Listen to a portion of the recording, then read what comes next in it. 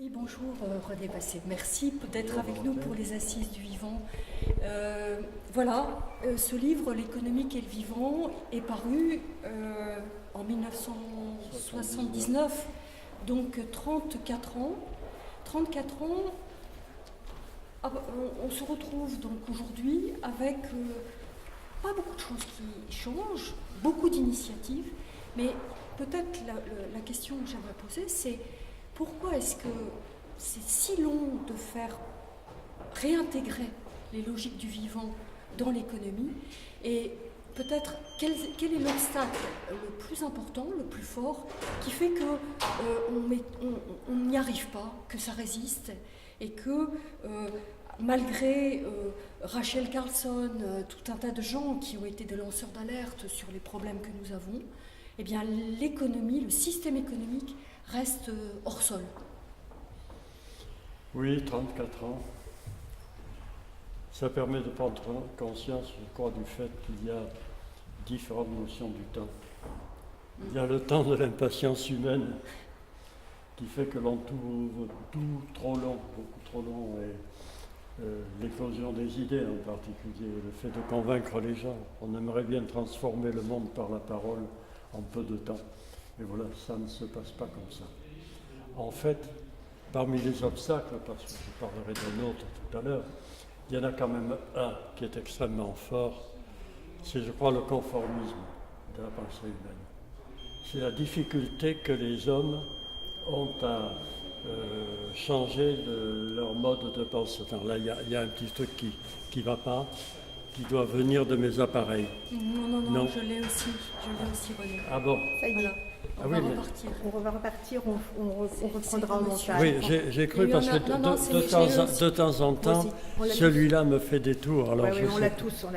Alors ce conformisme, non. Oui, je crois qu'il y a la résistance des conformismes. On change difficilement de mode de pensée parce que le mode de pensée, ça détermine beaucoup de choses et c'est déterminé par beaucoup de choses. En particulier, c'est en relation très nette avec le sens que l'on donne à son existence. Ça, c'est très difficile à changer.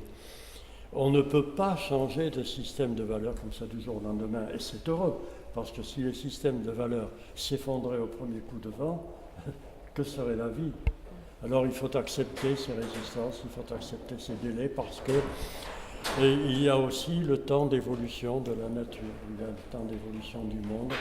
Et c'est avec cela que nous avons affaire. Donc, oui, 34 ans, beaucoup de choses ont quand même changé. Je ne dirais pas que c'est à la suite de ce bouquin. Non, il est un des éléments qui, parmi beaucoup d'autres, ont contribué à une sorte de bouillonnement de la pensée. Donc, progressivement, il sort des choses. Voilà.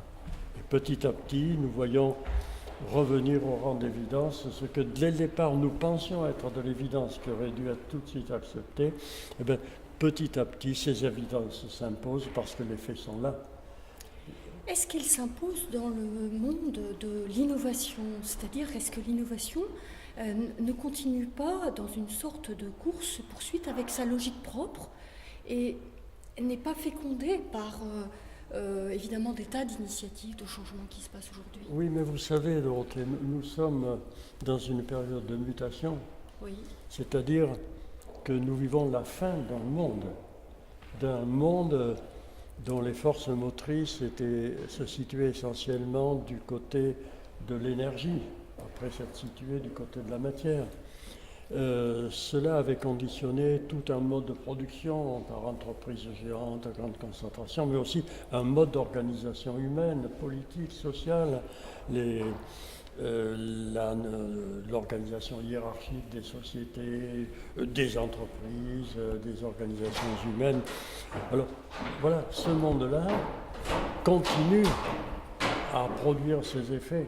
Comme je le disais dans ma conférence tout à l'heure, lorsqu'un paradigme est périmé, aussi longtemps qu'il n'a pas été remplacé par un autre paradigme, le précédent continue à produire ses effets. C'est Thomas Kuhn qui a ramené cette notion de paradigme de notre temps et qui précisément formule cette opinion Alors, nous vivons donc la suite du monde précédent.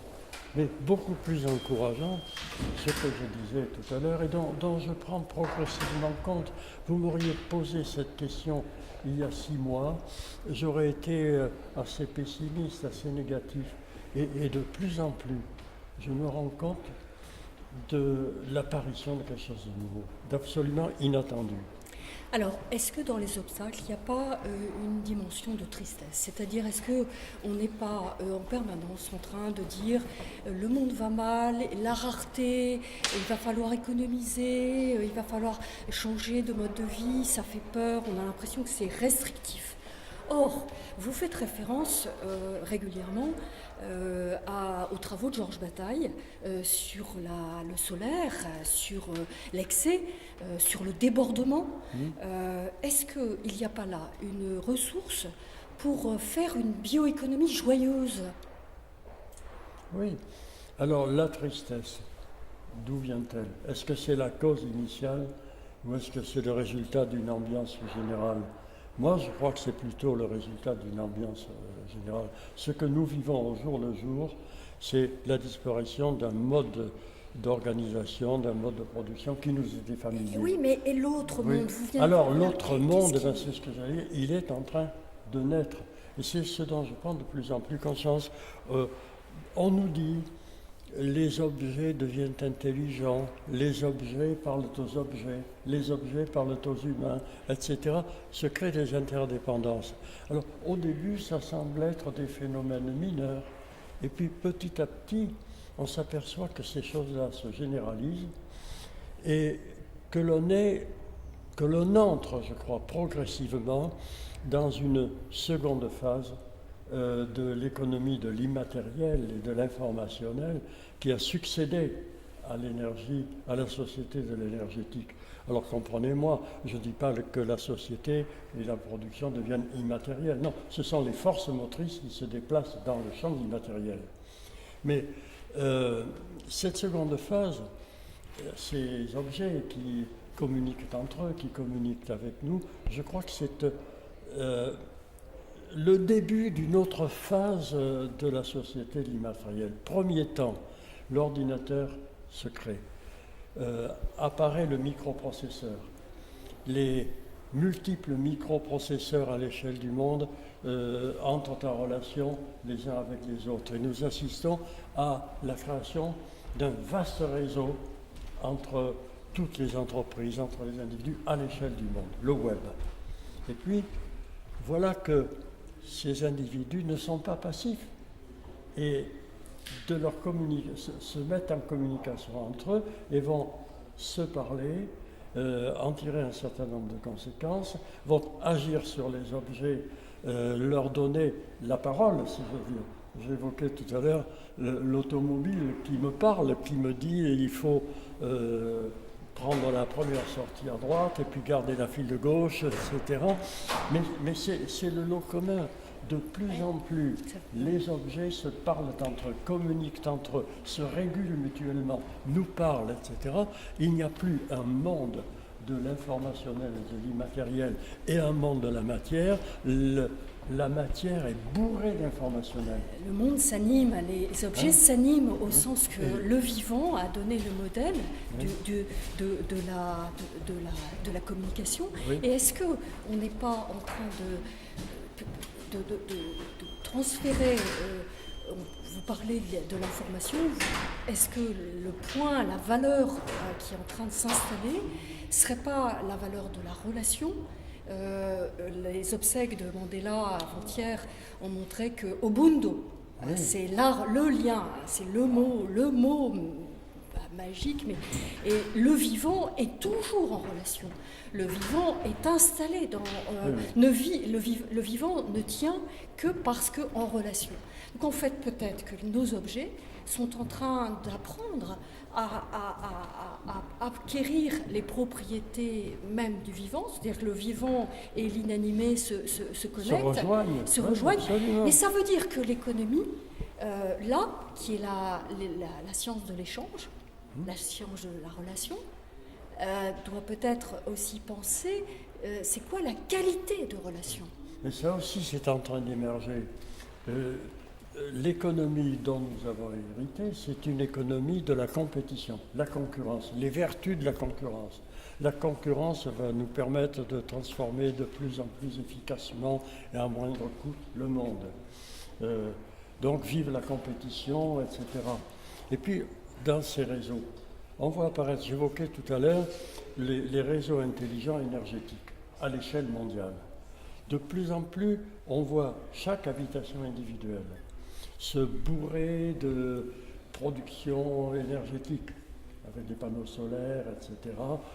Et on s'aperçoit que nous vivons dans un monde où les énergies naturelles sont surabondantes.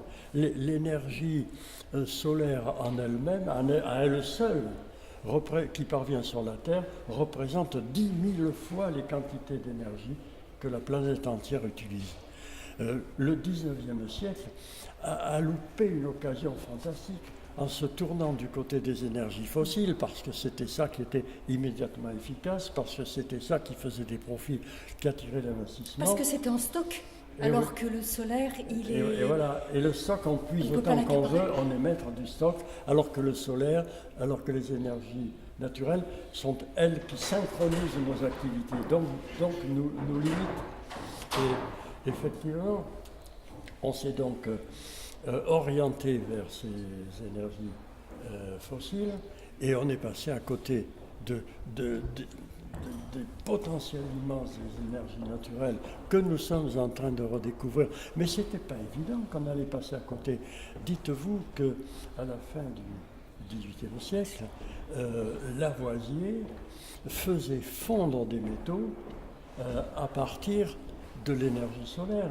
C'est-à-dire que si l'on avait continué, au lieu d'investir autant d'argent vers les énergies fossiles, on avait fait les mêmes efforts vers les énergies naturelles, le monde se serait développé et nous ne serions pas en train de parler de la survie menacée aujourd'hui de l'humanité et de la planète. Ça veut dire que la notion même d'industrialisation, d'industrie, est-ce qu'elle tient encore? C'est-à-dire que est-ce qu'on ne va pas passer à une sorte de production distribuée avec des petites unités, des choses mobiles qui se font, se défont, et parce qu'on voit bien que l'agriculture a conduit à un système industriel agricole qui a éreinté les sols.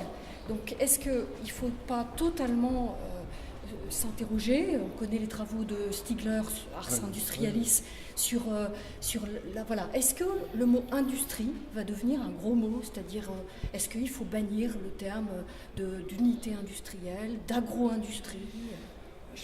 Alors, faut-il le bannir? Moi, je crois qu'il faut surtout voir les inconvénients et essayer d'y remédier.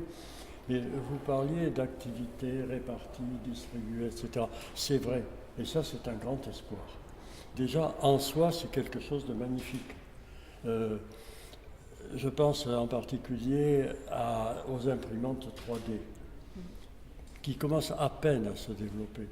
Mais dans très peu de temps, à l'intérieur des ménages, chacun pourra créer sa petite unité de production d'objets en 3 dimensions, au moindre coût énergétique, sans déplacement de matière, sans gaspillage.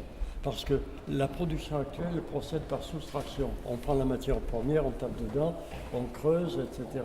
et on crée de la matière. Alors que les 3D procèdent par addition, des couches successives, donc très peu de déchets, très peu de rejets, etc.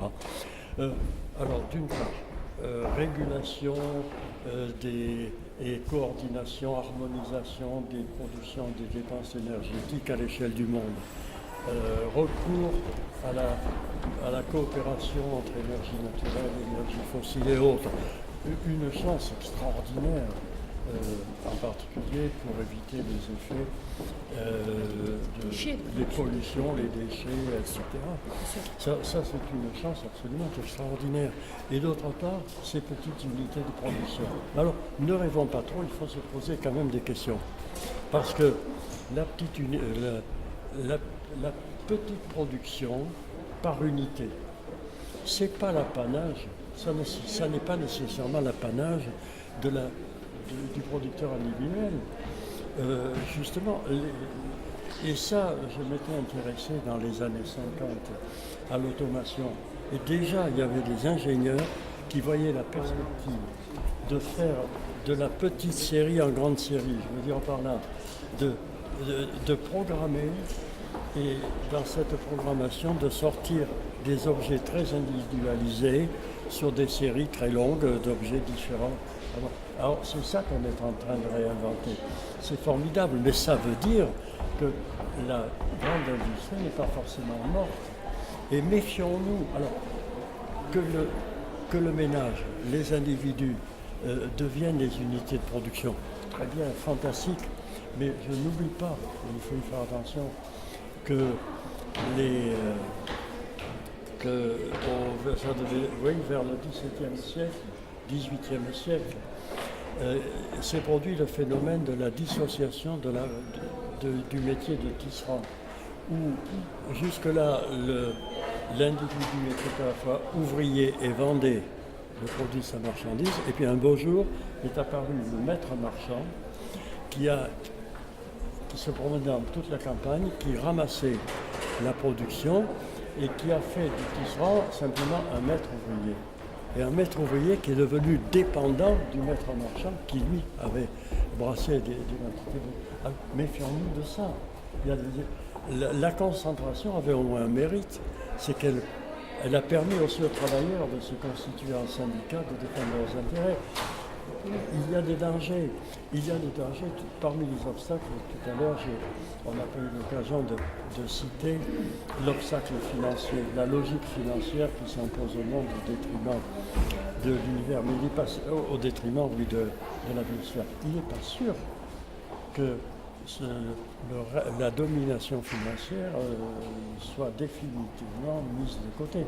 Voilà, il faut, je crois, voir venir ce monde, essayer de voir tous les côtés positifs totalement inattendus jusqu'à maintenant, essayer de les exploiter, et puis dès maintenant penser à ce qu'il faut faire pour éviter que l'emprise des puissances financières, etc. Le rôle des rapports de force est très important en économie. Merci René. Merci.